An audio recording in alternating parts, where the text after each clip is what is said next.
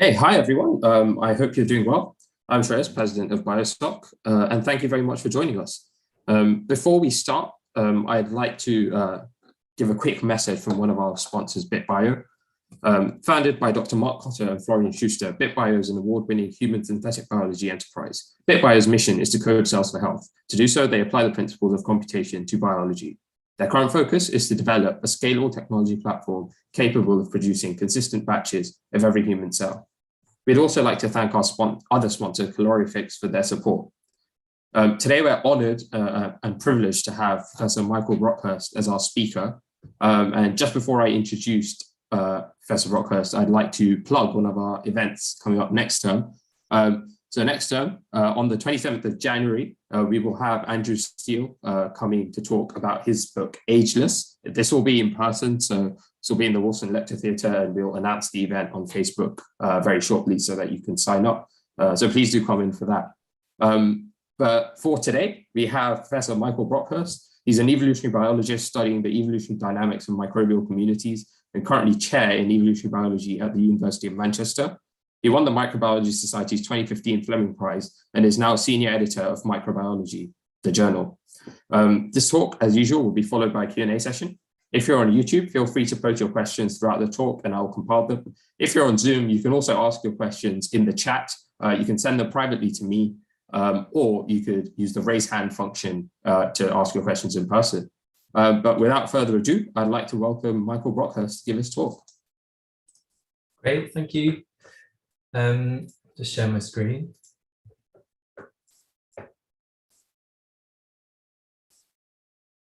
Okay, is that visible? Okay, great. Right, thank you very much for the invitation to give this talk. It's very nice to talk to a student society. And so, yeah, the topic of today's talk is the ecology and evolution of bacterial genomes or pangenomes. I'll explain what that means in a second. And so, yeah, just to thank the people responsible for all of the work that I'll talk about. Here's a group of people from my lab who've contributed to the work I'm going to talk about. There are several others not mentioned here who made really contributions, kind of really important contributions intellectually. And then a few collaborators over here who have been really important in getting this work going. And then just to mention the funders of the work, various funding bodies have supported this research. So what's been evident ever since we started sequencing bacterial genomes is that if you take a particular species and compare the genomes that you get from different strains, then there are usually some set of genes that are common to all of those genomes, and we call those the core genome. And then there'll be a set of genes that are variable among those genomes that we call the accessory genome. And so the kind of full complement of all of those core and accessory genes forms the pangenome. And so the relative contribution or the relative fraction of genes that form the core or accessory genome is quite variable across species. And it's linked to how much horizontal gene transfer those taxa undergo. And so species with a relatively, what we would call an open pangenome with a large fraction of accessory genes, so lots of variation between genomes in the genes they contain, tend to undergo lots more horizontal gene transfer. So E. coli or Pseudomonas is a good example there, relative to species with more closed pangenomes, which have a much higher fraction of core genome genes. So genes, the genomes are much more common between, much more similar between strains, and that would be something like Mycobacterium tuberculosis. And so, as I sort of suggested there, that what drives variation in pangenome content and in the contents of the genomes of different strains is this process, horizontal gene transfer. And so bacteria in particular are incredibly prone to sharing genes between different lineages. And that process is accelerated by mobile genetic elements. And so there's a whole suite of different kinds of mobile genetic elements, including plasmids, which is the topic of today's talk. So plasmids are these usually circular, semi-autonomous loops of DNA that sit separate from the chromosome, but also bacteriophages are good at transferring and mobilizing genes between species, and other more exotic things like gene transfer agents. So the interest in our lab is understanding this process of mobile genetic element mediated horizontal gene transfer in simple but increasingly complex microbial communities. And so to think about that process, we've kind of put together a conceptual framework, I guess. We published it in this review last year, which sort of thinks about the different stages that a gene has to go through between being a mobile gene and then being finally integrated into a genome. And so those occur over different sorts of timescales. So at this more ecological timescale, we can think about the opportunity for horizontal gene transfer to occur. So that might be determined by the diversity of species in a community, the availability of mobile genetic elements in that community to move genes around. Then as we move more towards this kind of intermediate zone between the ecological and the evolutionary timescales, we can think about the compatibility of genes as they enter new cellular genomic environments. So we know a lot more about the genome defense mechanisms that bacteria have over the last few years. And so things like CRISPR-Cas, but also restriction modification play this really important role in defending the genome against invading DNA. And so if your CRISPR-Cas spacers match those incoming bits of DNA, then those will be digested by the Cas enzymes. Or cleaved by restriction modification. There are other kinds of compatibility though beyond genome defense, and so the genes that come in on mobile elements have to work within that cellular environment, and so for example, they need to interact well with the regulatory environment that's resident in the cell, and they also have to be able to be transcribed and translated, which can be affected by the match of the GC content of the incoming DNA versus the resident DNA in the cell. So all of those issues affect the compatibility between incoming DNA and the resident DNA in the cell. And these can cause fitness costs, which has been a really big topic in my lab in terms of understanding what the causes and consequences of those fitness costs are. And then as we move fully into the kind of evolutionary timescale, we can think about how genes are assimilated into genomes and how mobile elements that arrive in a cell become stabilized. So if they're very costly, they shouldn't stick around for very long, but evolution seems very good at fixing these costs. And so compensatory evolution is a process that we've studied a lot that can rapidly reduce the costs of mobile elements in new cell backgrounds. And then over even longer timescales, we can think about co-adaptation and more intricate evolutionary processes that allow new genes to be assimilated within genomes. And so today's talk, I'm going to talk to you about events happening at this end of the scale and some events happening at this end of the scale for our model system. So as I mentioned, we've worked extensively on plasmids. And so the reason we're interested in plasmids is because they're the principal mobile genetic elements of bacterial horizontal gene transfer. Partly because they can be quite large, and so they can carry around large cargoes of accessory genes, so full operons, multiple operons encoding different functions. So as I mentioned, plasmids are double-stranded DNA. They're usually circular loops. They sit separate from the chromosome. They replicate autonomously. And the plasmids we're interested in actually encode their own machinery to transmit themselves horizontally between cells. And so that's called conjugation. And it involves building a pilus and then replicating the plasmid DNA and transferring it through that structure to new cells. So various aspects of the interaction between cells and plasmids are really interesting from an evolutionary perspective. So because plasmids are semi-autonomous, they can have their own fitness interests, which need not be aligned to those of the host cell. And so we can get conflicts between the chromosome and the plasmid. They often encode genes, these accessory genes, that confer context-dependent fitness benefits. And so the classic example there would be antibiotic resistance. So where there's a lot of antibiotic in the environment, they're very beneficial, but if you take the antibiotic away, they're no longer conferring any benefit.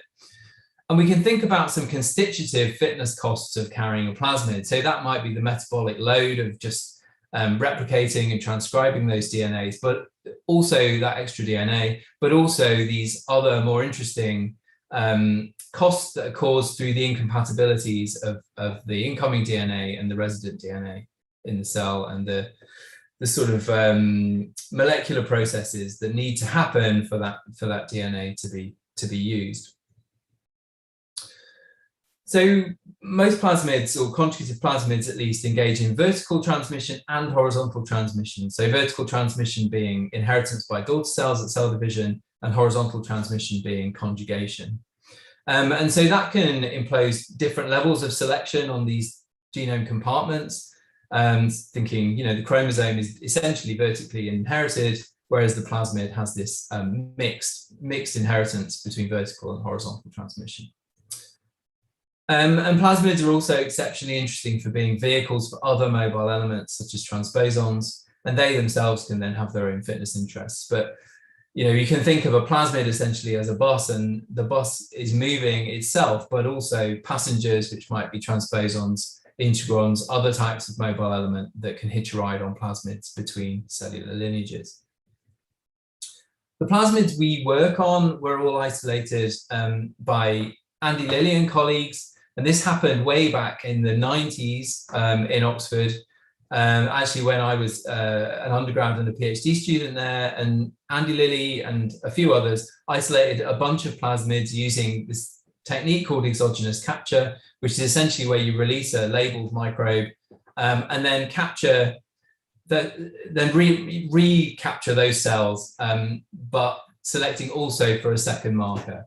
And so in this case, they selected for a mercury resistance marker, and they picked up cells that they had released that had then acquired mercury resistance in that soil environment in this field of sugar beets growing outside Oxford. So they recovered, hundreds of plasmids using this protocol. And what was super interesting about these plasmids, and we've sequenced a few of these, is that they basically, most of them seem to encode an almost identical copy of this transposon, which is where the mercury resistance genes are. So you can think of this being a community of bacteria, and then within that, there's a community of transmitting plasmids, and then among those plasmids, there seems to be exchange of this transposon encoding mercury resistance, all of that happening within soil in Oxfordshire. And we've carried on working on these plasmids, and so these are three that we've worked on, and I'll talk mostly about these two top ones, 103 and 57. And they have some interestingly different properties, and they're actually quite distantly related, considering they came from the same place. So just to think firstly about costs and benefits of carrying plasmids, we perform these experiments called competition experiments, where essentially we're competing two isogenic cell populations, but half of them we've given the plasmid. And so we calculate the relative fitness of plasmid bearers versus plasmid-free cells that are genetically the same, except for not having the plasmid. And so I'm showing you that value, and if it's 1, then it's equal, and if it's below 1, then the plasmid bearers have lower fitness, and if it's above 1, the plasmid bearers have higher fitness than the plasmid frees. So in the absence of mercury, we see rather high costs, variable between these different plasmids, of carrying the plasmid. And so these costs can be exceptionally high, up to about 50%. Then as you increase the amount of mercury in the environment, then eventually you recover a fitness benefit of carrying the plasmid. And so here the benefit of mercury resistance outweighs these costs.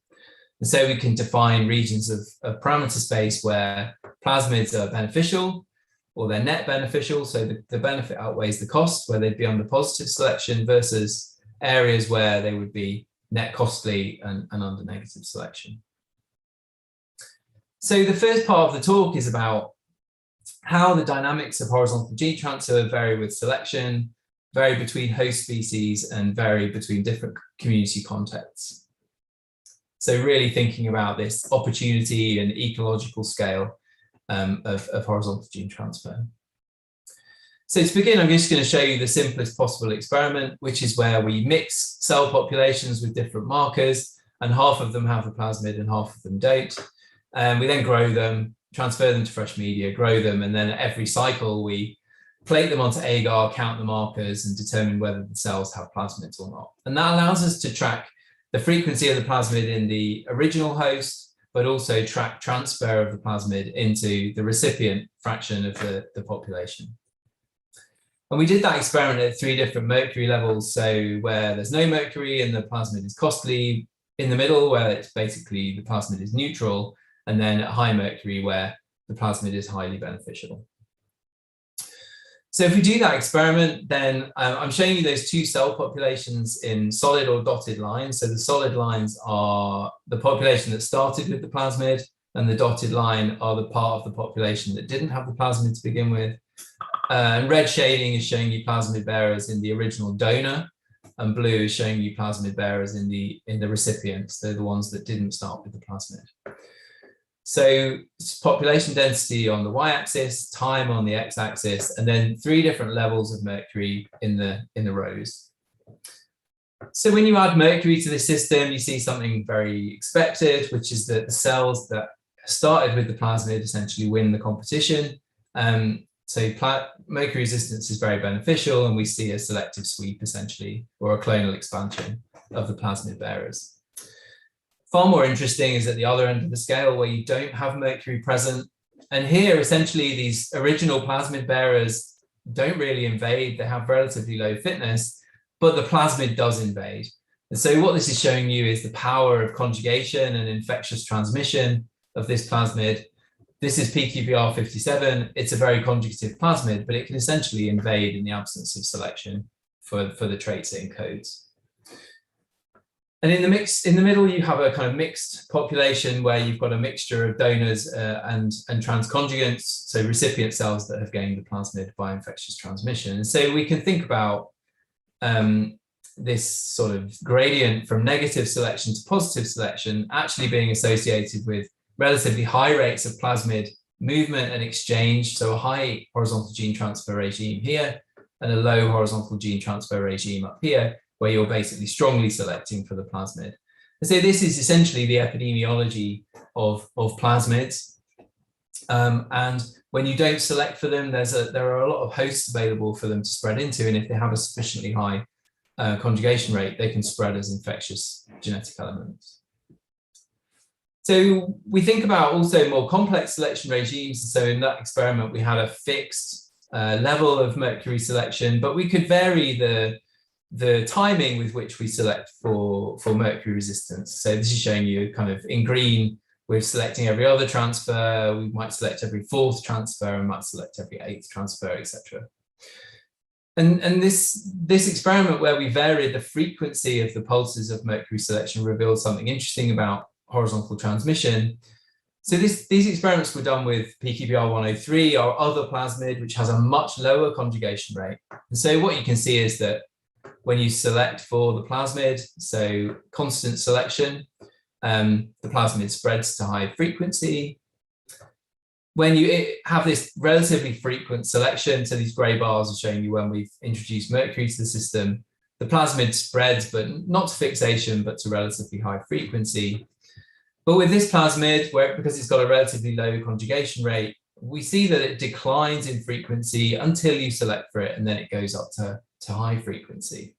But what was interesting isn't necessarily these dynamics, which are quite predictable for a plasmid with relatively low horizontal transmission rate. But what's more interesting is when you look at the contribution of transconjuncts, so cells that gained the plasmid during the experiment, and we can see that they play a much more important role when selection for the plasmid encoded traits is relatively infrequent.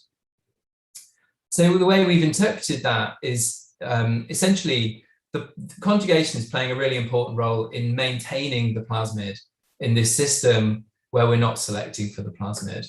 And so rare conjugation events are allowing the plasmid to persist at low frequency. And then when you hit the population with strong selection for the genes encoded on the plasmid, then we see that the plasmid can then sweep to higher frequency, albeit from a very low base. But transmission through conjugation is really important for really allowing plasmids to persist in systems where they aren't under positive selection. Okay, and again, we can define these sort of regions of parameter space where we have relatively higher rates of horizontal gene transfer, where selection for the plasmid is overall weaker, versus regions of parameter space where we've selected very strongly for the plasmid and we don't see much transfer. Scaling up complexity a bit, we've now, or a few years ago, we made these simple 2-species systems where we have the highly conjugative plasmid PQBR57, and we looked at single species and co-cultures of two Pseudomonas species, Pseudomonas fluorescens, which is the species I've been talking about so far, and Pseudomonas putida. And these experiments were done in soil microcosms, again, without mercury, where the plasmids are costly, and with mercury, where the plasmids are beneficial. And tracking the frequency of the plasmid, but also of the genes it encodes by PCR. And that's important because it allows us to detect cells that have retained the mercury resistance genes, but actually lost the plasmid, which will become clear why that's important in a second. So if we track the dynamics of the plasmid in these, this is the single species data, we see very different dynamics of the plasmid in these two different host species. So in Pseudomonas fluorescens, we see this kind of characteristic epidemic of the plasmid when you don't select with mercury. So it spreads as an infectious element in the Pseudomonas fluorescens population, and the opposite in Pseudomonas putida. So in putida, even though the plasmid is less costly, it basically goes to extinction in single species systems without mercury. And the reason for that is because it's got a very low conjugation rate in this host species. By contrast, when we do select with mercury, then the plasmid goes to fixation in Pseudomonas fluorescens, and we see this really curious dynamic in Pseudomonas putida, where the plasmid initially invades to high frequency and then essentially tends towards extinction. And what's driving that is this process of chromosomal capture of the beneficial genes. So showing you here for two replicates, essentially all of them did the same thing. In green, the plasmid carrying cells are invading, and then at some point the mercury resistance is captured to the chromosome, and these chromosomal mutants outcompete the plasmid carriers because they're no longer paying the cost of carrying the plasmid. So in the co-culture, we see slightly different things, and the key result is shown here. So in co-culture, we see this epidemic infectious wave of the plasmid. It's slightly damped because Pseudomonas putida is a worse host, and so the efficiency of the plasmid spreading in Pseudomonas fluorescens is slightly weaker. But the key result is here, which is that in a community, Pseudomonas putida, which can't maintain the plasmid on its own, now has access to the plasmid. And as we saw previously, if we now hit this system with high levels of mercury, then Pseudomonas putida might survive, whereas it wouldn't in a system where it was there on its own. So this is giving them access to genes that might be useful in a future environment where contamination occurred. And then we see fairly similar dynamics in the presence of mercury selection, although interestingly, this process of chromosomal capture of the beneficial genes is slightly slowed down when you have essentially spillover transmission from another host species. So we can think of Pseudomonas fluorescens essentially of being a hub of horizontal gene transfer, a source of plasmids that it's sending out into the community, and that's potentially enhancing the evolutionary potential of those coexisting species. If we devise a simple model of this system, which Jamie Wood did for us, this is just showing the conjugation rates that we can measure within and between species. Then we can write down some equations of the key processes that are going on in the system. And if we don't allow conjugation, then we can see that in both species, then the plasmid goes to extinction. And we parameterize this such that species 1 is fluorescens-like and species 2 is putida-like. If we only allow within species conjugation, then we can see the plasmid can persist in species 1, but goes extinct in species 2. Whereas if we allow both intra and interspecific conjugation, then we see this quite low, but persistent and stable maintenance of the plasmid in the second species, essentially by spillover transmission. So these dynamics of conjugative transfer and how these vary with selection actually have really important consequences for the evolution of the genomes of these species. So here I'm showing you These are sequenced genomes from the end of that experiment that we conducted in soil, showing you the chromosome of Pseudomonas fluorescens in these tracks here, plasmids isolated from those genomes. Similarly for Putida here, and then plasmids isolated from those genomes here. And I'm showing you the data first in the absence of Mercury. And I'm not showing you all the SNPs, but what I am showing you here in these open triangles are the ancestral positions of transposons. And then in closed circles, I'm showing you the ultimate position of transposons in these genomes. And so what we think is super interesting about what's happened in these experiments is that we've got essentially some arrows that cross this line in the middle. And so what that means is that transposons have been mobilized by the plasmids and transferred into the other species.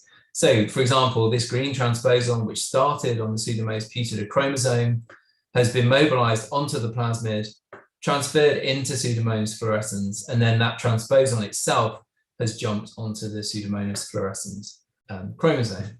So this is an example of interspecific gene mobilization that's been catalyzed by the plasmid, which is spreading as an infectious element in this community. And by contrast, when we do select with Mercury for the plasmid, then we never saw an example of interspecific gene mobilization. So in this system, essentially the plasmid spreads to high frequency, but through vertical transmission. And there's very much lower rates of horizontal transmission in this system because we're selecting for the genes on the plasmid and we see a clonal expansion essentially.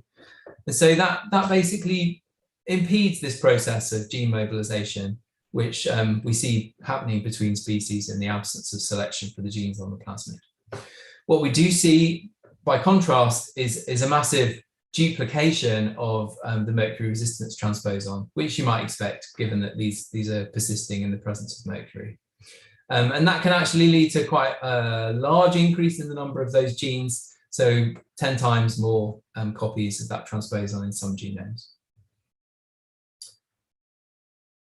Increasing the ecological complexity even further, we've been going on to think about the dynamics of plasmid transfer in more complex communities. And so very briefly in this experiment, we looked at the spread of two different mercury resistance plasmids. Sorry about the missing graphic here. We put those into Pseudomonas fluorescens and then introduced those to a soil wash community that we basically isolated from this potting soil. So this is a very diverse community with potentially hundreds or thousands of species. We then used a technique called EPIC PCR to track the plasmid spread in that community. And the way that EPIC PCR works is essentially to make emulsions where droplets contain single cells, and then performing a PCR reaction that makes a product that contains both the gene of interest that you know is on the plasmid and a taxonomic marker from the cell that it's ended up in. And then by sequencing those amplicons, you can say something about the hosts into which your plasmid of interest has spread.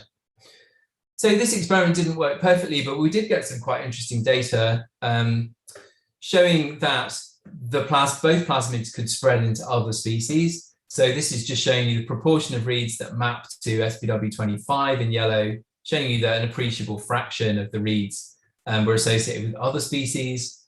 And then this is showing you the identity of those species. And whilst you should take some of these identities with a pinch of salt, what makes sense is that in most of these communities, then the species that we most frequently saw the plasmid transfer into were other pseudomonads. So relatively close phylogenetic relatives, although we have some evidence here that the plasmid was also able to spread into relatively distant relatives. So gamma proteobacteria or beta or alpha proteobacteria relative to gamma proteobacteria where the plasmid started. And these sorts of plasmid transmission dynamics in more complex communities could have important effects on their ability to survive perturbations. And so Charlotte Stevenson was a PhD student in my lab, and she ran a bunch of experiments where we looked at whether bacterial communities were better able to survive mercury contamination when the genes for mercury resistance were encoded on plasmids, so where they were mobile and can spread around, versus when they were encoded on chromosomes, or we didn't introduce resistance genes. So this is a slightly simpler setup, but still with a highly complex, diverse community. So we have essentially 96 culturable, randomly chosen species in here, or clones or strains, to which we added Pseudomonas fluorescens, either without mercury resistance, with chromosomal mercury resistance, or different plasmids carrying mercury resistance. We let that community sort of stabilize and equilibrate for 10 transfers, and then at 10 transfers, we exposed it to a very strong perturbation of mercury, so highly toxic perturbation of mercury. And we had a treatment where we either did or did not expose these communities to weak selection prior to that shock. At the end of the experiment, we then used 16S sequencing to look at the structure of these communities and looked at the stability of these soil microbiomes and how that depended on the mobility of resistance genes. So if you look at the stability of the entire community, then you can see that adding any resistance genes increases the stability of those communities, regardless essentially of whether you've, you see a slightly stronger effect when you add mercury prior selection, but it's basically very weak.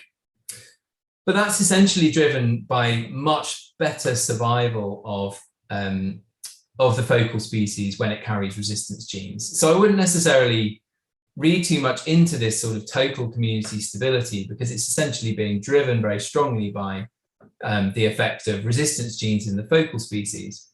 Much more interesting is the effect of gene mobility on these background species. So the species that didn't start with the plasmid.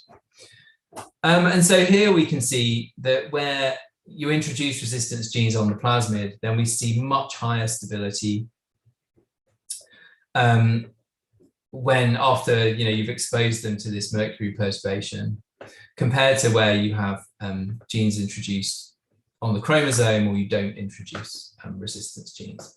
So gene mobility can have this sort of community level protective effect in terms of protecting or increasing the stability of microbial communities to perturbation.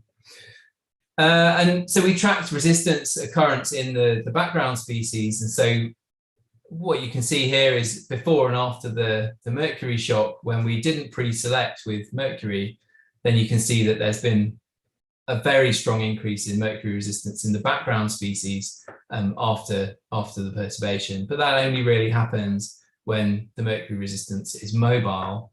This is essentially noise here. It's a non-significant difference, and it's also being driven essentially by it being quite difficult to measure this because there's very low numbers of the background community, and we see no effect when we don't introduce resistance genes. So gene mobility can have this really important effect, and plasmids can have this protective role at stabilizing whole communities under perturbation. Okay, so to summarize part one of this talk, infectious transmission of plasmids is really important.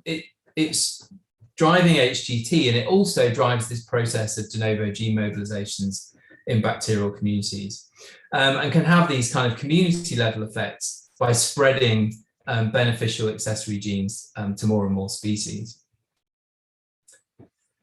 Okay, so for the second half of the talk, I wanted to think about plasmid costs and how these can be resolved by evolution and compensatory mutation.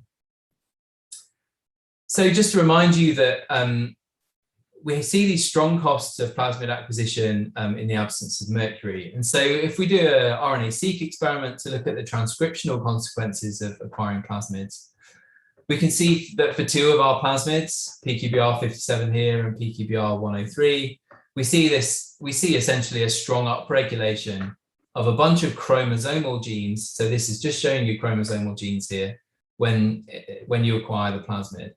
So these volcano plots are comparing plasmid containing cells to isogenic plasmid free cells. And so we're looking at significance on the y-axis, and then the degree of change in expression on the x-axis. So in this quadrant here, we're seeing significant upregulation of these genes. And I'll explain what the colors mean in a second.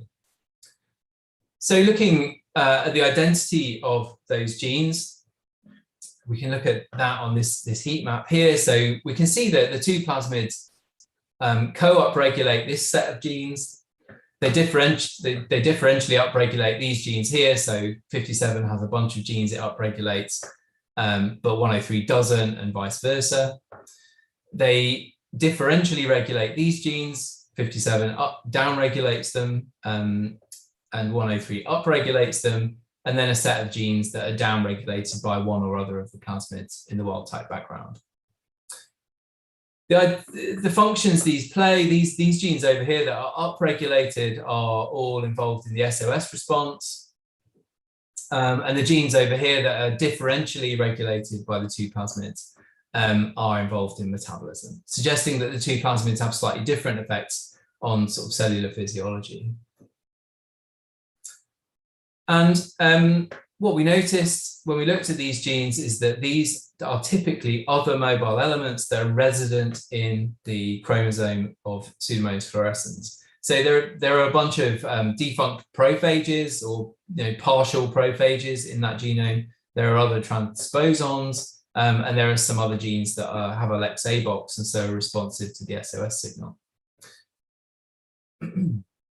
So what it looks like is that this very large cost of acquiring the plasmids in part seems to be driven by the plasmids causing upregulation of these SOS responsive genes. And most of these are other mobile elements that are resident in the chromosome.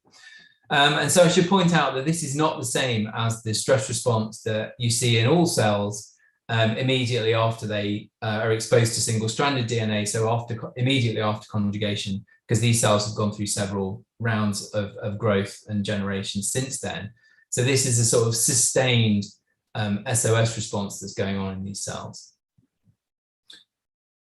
So if we look at this, some of these in more detail, prophage 1 we think encodes a bacteriocin. More details on that is in this paper by another group published a few years ago. And if we clone a bunch of these genes that are occurring in these other parts of the genome, so the yellow ones here are the prophage 1 genes that we've cloned and expressed, then we can see, particularly for this gene here, a very high cost of expressing this gene. And if we look at the function of that gene, it's actually a holin gene. So this is punching holes in the membrane.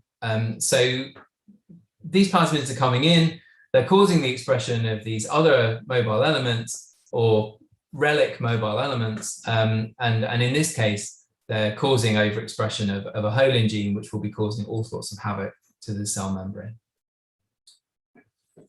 We know from a bunch of studies that we've done now that these costs that we observe can be fixed by a plethora of compensatory mutations affecting various sites. Those can either be chromosomal genes, PFLU4242, GAC-S and GAC-A are all chromosomal genes where we see compensatory mutations. And PQBR0059 is a plasmid encoded gene where we also see compensatory mutations. And so you can see across a bunch of studies here, and for a bunch of different plasmids, given in these kind of the color of these lollipops, we see compensatory mutations in both of these chromosomal sites compensating for these diverse plasmids, which is pretty interesting. So what are these doing? So GAC-A and GAC-S part of a two-component regulatory system. They're a global regulator of secondary metabolism in Pseudomonas fluorescens, and they regulate about 700 other genes. PFLU4242 is a hypothetical protein, but it looks like it might be a restriction enzyme, and it looks like it was fairly recently acquired by R-strain. So those are the two chromosomal loci where mutations reduce the cost of plasmid acquisition. And then the plasmid encoded compensatory mutation locus is a lambda-like repressor that seems to be doing something to do with regulating some genes on the plasmid. So we can test the fitness effects of those mutations using competition experiments. So this is showing you that none of those mutations has an effect in the absence of the plasmid. So all the fitnesses are at 1 for the wild type, the GAC-S knockout, and the PFLU4242 knockout.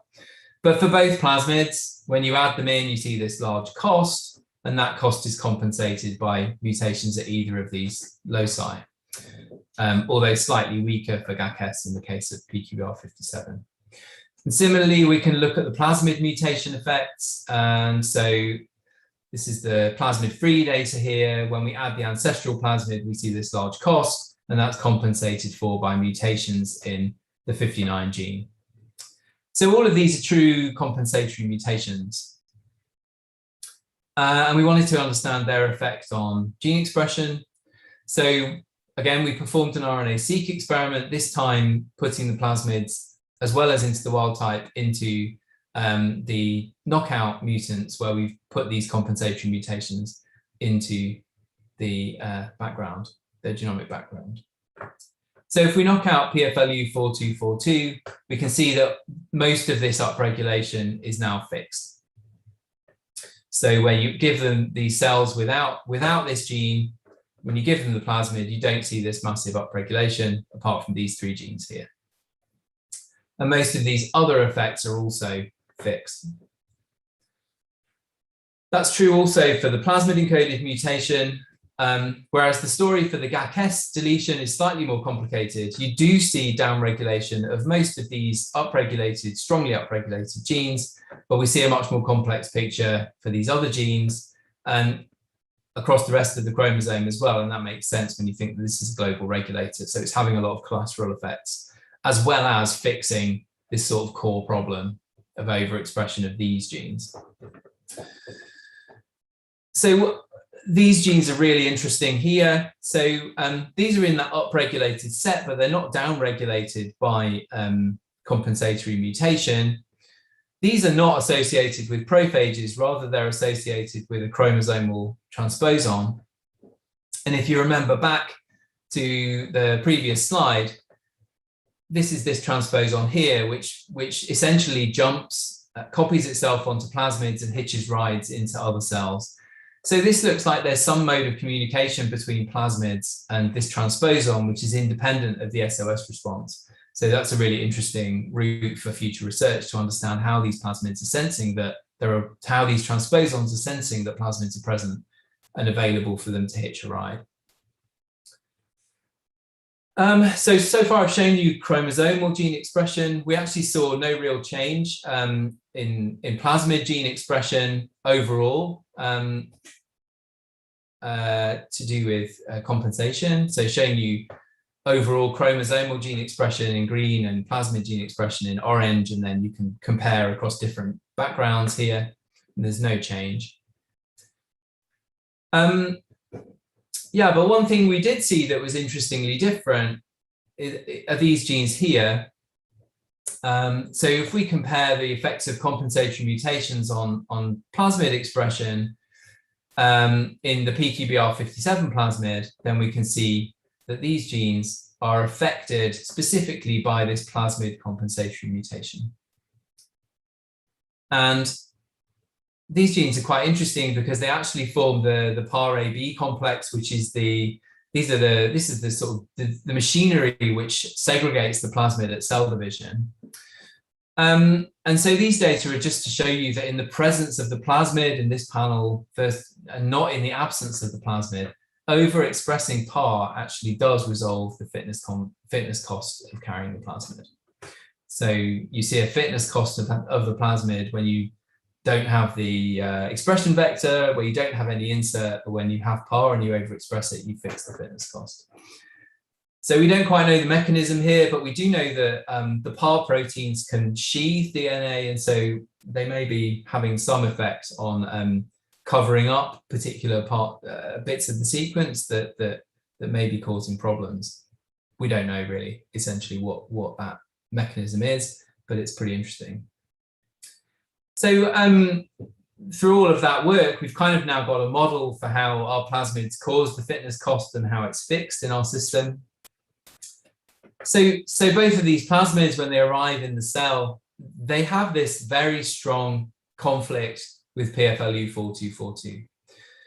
This gene is essentially recently acquired on its own and just sits there in the Pseudomonas fluorescens chromosome quiescently until these plasmids come along. When it comes along, what we think they're doing is causing DNA breaks, because we think this is a restriction enzyme. And we think that is inducing an SOS response, which then induces expression of these chromosomal prophages, which is causing lots of cell damage.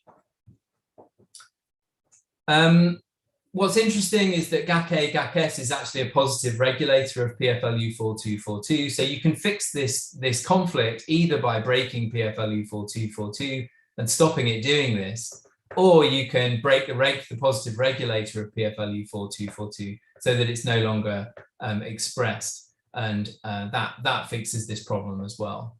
So there's either a direct or a regulatory route to solving this conflict. We see this third mechanism, which is a plasmid encoded mechanism, where we see mutations in this repressor which cause overexpression of PAR, which somehow prevent this conflict occurring.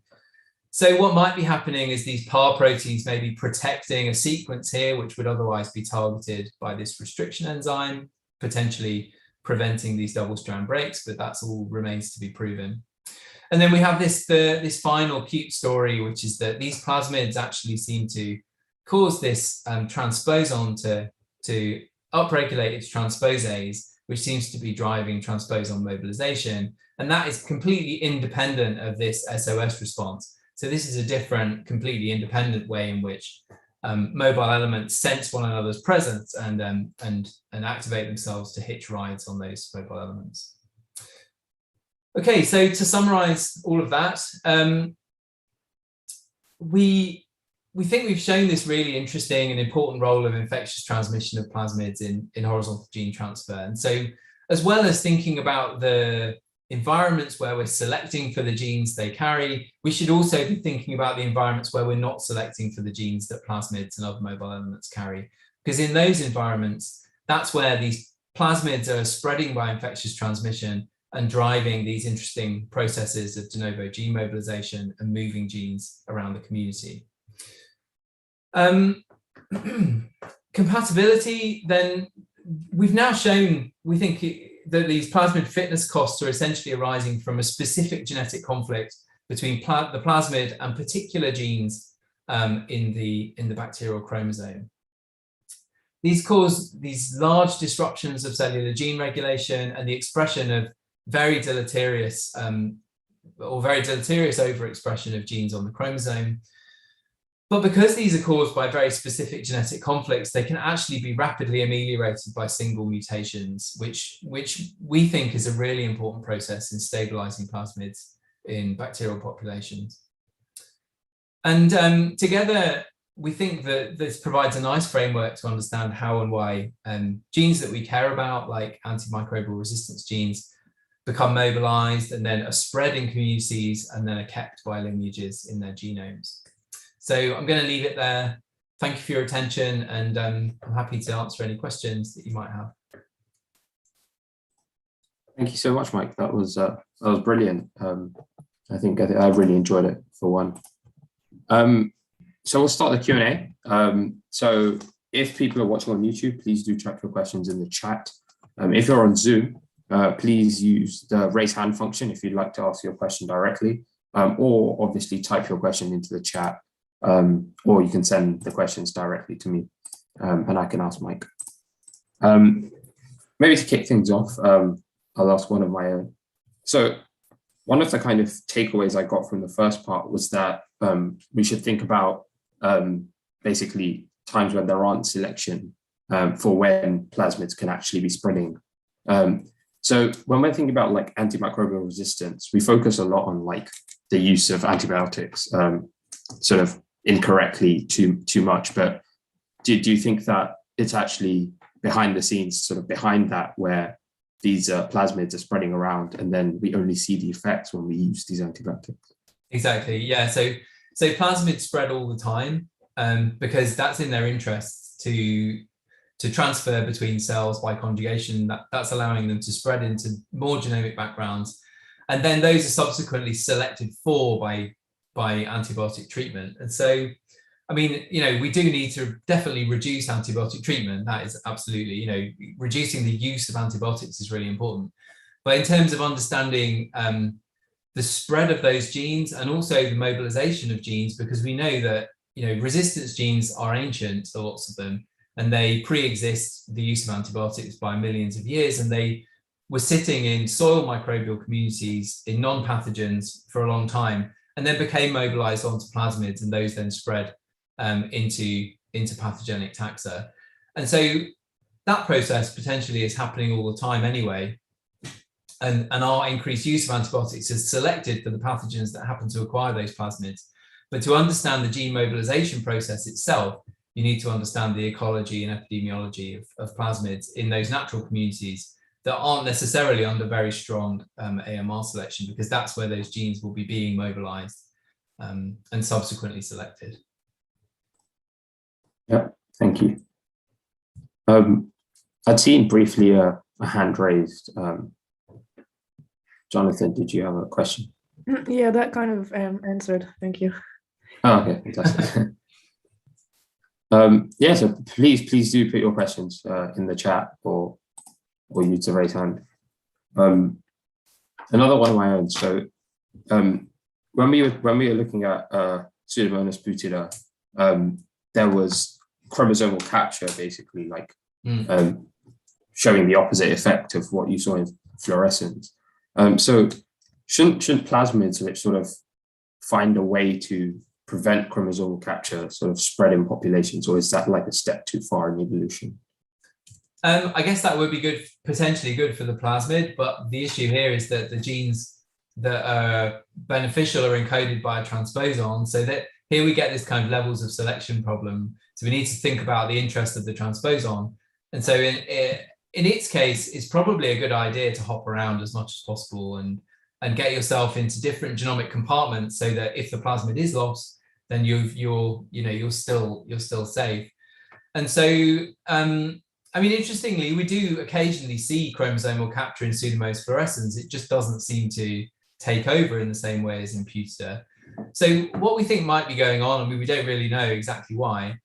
It seems that Pseudomonas fluorescens, one, it's got this much higher conjugation rate for PQBR57 that seems to enable persistence, but also it seems to be really, really able to undergo compensatory evolution fast enough that occurs before the plasmid goes extinct.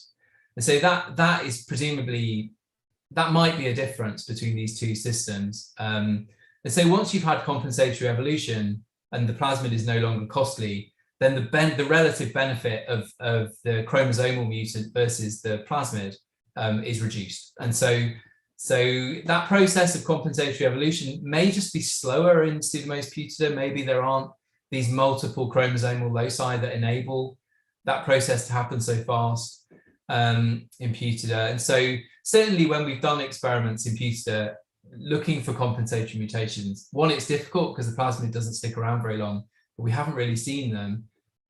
So yeah, these are really interesting questions that we don't understand the differences between genomic backgrounds in their propensity to host plasmids and then their propensity to integrate genes. And so those are all really open questions that we don't know about. Thank you. Jonathan, do you want to go ahead? Hi, Michael. Really great talk. So I work on kind of eukaryotic genomics, and I was just wondering, from a practical level, kind of how do you actually create these kind of pangenomes? What tools do you use? Do you use like kind of reference graphs to create them? Is it like a graph format the genome ends up in? And what do you think is best? Or yeah, no, it's a great question. Not necessarily my area of expertise, I'm afraid. So the sort of classic package for doing the pangenome stuff is Rory, and that's years old now. That was sort of dates back to the origins of these ideas, and that came out of the Sanger Center. But people like Zamin Iqbal have been using graphs and those approaches to think about pangenomes more recently. And so, yeah, I think the graph-based stuff is really taking over. But yeah, I would suggest reading Zamin's papers if you want to know more about that. And yeah, there's a bunch of really good reviews coming out about, you know, how to build pangenomes and analyze them and in meaningful ways. There's also a bunch of really good stuff, sort of theory about how and why pangenomes look the way they do, why the genes are distributed in them the way they are. So James McInerney's done a lot of really interesting work looking at that. He's at University of Nottingham. So that stuff's really worth checking out. They've sort of been interested in patterns of co-occurrence of genes in pangenomes. What's driving that? You know, is it selection and all that sort of thing? So it's a really, really hot topic and a really interesting area. We are not hardcore genomics in our lab, though. We are kind of more at the experimental end. Yeah, cool. Thank you, and great talk. Thank you. Thanks, Jonathan, and thanks, Mike. There's a question in the chat from Claudia. Talking about levels of selection, is hitchhiking by the transposon costly for the plasmid? Yeah, good question, and not something that we have very good data on. So all I can say about that is that some of our plasmids became a lot larger through expansion of transposon, so duplications of the transposon, and I don't think we could measure a cost of that. So what our work shows, I mean, in general, is that there isn't this very strong link between the size of a plasmid and its cost. So more DNA doesn't seem to be the problem. So simply increasing the size of the plasmid through transposon expansion doesn't seem to be really problematic. Whether there are other problems that you could imagine that might arise through acquiring a new transposon, yeah, I mean, I'm sure there could be, and I'm sure there will be conflict between the transposon and the plasmid it's resident on. So I mean, to think of a kind of obvious example, then, you know, there might be CRISPR spacers in a genome that they arrive in that are actually to do with the transposon and not the plasmid, and so that would select against both because they'd both be destroyed. So you can imagine scenarios where you could generate conflicts between this sort of nested set of mobile elements, and that's a really interesting question and not something that we've tackled yet at all.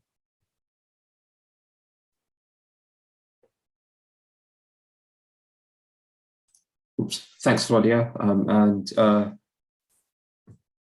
Another question that I had. So you talked a lot about conjugation as the mechanism for horizontal gene transfer. Have you studied the other mechanisms like transformation, transduction, and how what would their evolutionary dynamics look like?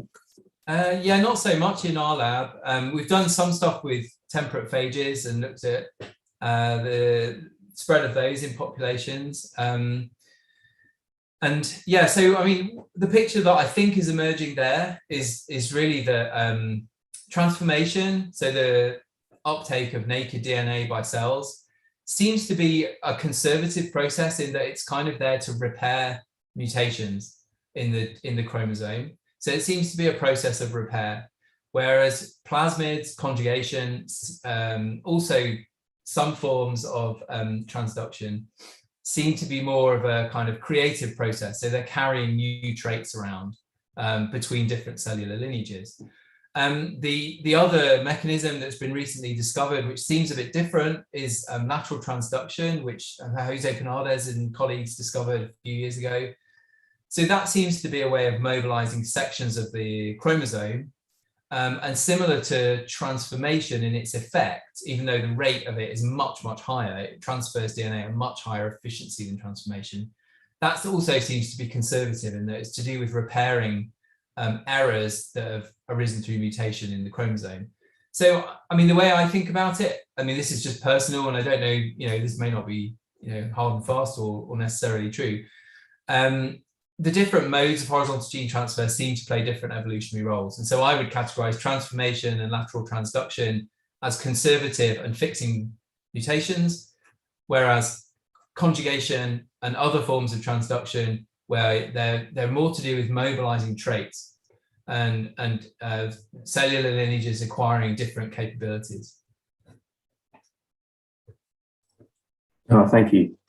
Well, we are past the hour, so unless anyone has any last minute questions to get in, I'd like to thank the audience. Thanks everyone for coming. We know this is the last week of term and you're all busy.